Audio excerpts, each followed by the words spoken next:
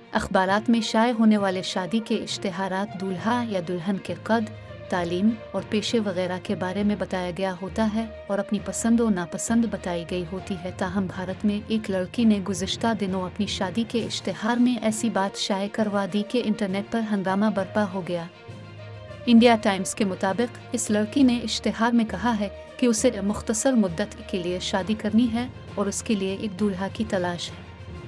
इस इश्तेहार की तस्वीर तनीषा सोढी नामी एक एक्स ट्विटर सारिफ ने पोस्ट की है, जिसमें लिखा होता है कि मुख्तसर मुद्दत की शादी के लिए मुंबई की रिहायशी किसी मुतमव्विल फैमिली से दूल्हा दरकार है। मैं ब्राह्मण लड़की हूँ और तलाक याफ्ता हूँ। मेरी पैदाइश 1989 की है और कद 5 फुट 7 इंच है। तालीम याफ्ता हूँ और मुंबई में अपना हॉस्पिटलिटी बिजनेस चला रही हूँ। ज़ात की कोई कैद नहीं है। तनीषा की ये पोस्ट तेज़ी से वायरल हो रही है और लोग इस पर कमेंट्स में दीगर सारिफीन भांत भांत फ़िक्रे चुस्त कर रहे हैं। तरियशल अरोड़ा नामी सारिफ ने लिखा है कि मुख्तसर शादी से क्या मतलब, ये 4 फेरू होगी। शोइत पांडे लिखते हैं कि उम्मीद इन हेवन एस 3। अरमान अहमद नामी सारिफ ने इश्तेहार की तहरीर का एक और मुमकिना पहलू बयान करते हुए लिखा है कि इश्तेहार की तहरीर में गलती हो सकती है।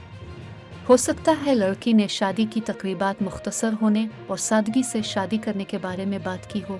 इसका मतलब शादी का जल्द खात्मा ना हो।